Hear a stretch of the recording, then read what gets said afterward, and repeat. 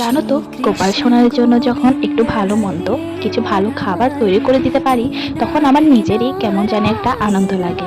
আর তাই আজ আমি গোপালের জন্য নিয়ে এসেছি আম, পেয়ারা আর কলা। এগুলো দিয়ে আমি গোপালের আজকে রাতের খাবারটা সেরে নেব।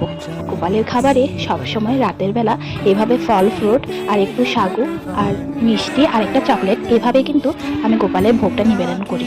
তা ধূপকাঠিও জ্বালাই। গোপালের খাওয়া শেষ হয়ে গেলে তার মুখটা এভাবে করে মুছে দিই। আর এরপরেই কিন্তু আমি গোপালের ড্রেসটা পাল্টে দিই, কারণ আমার কি মনে হয় জানো তো, এত বড় জামাটা পরে আমার গোপালে রাতে ঘুমাতে অনেক বেশি কষ্ট হবে।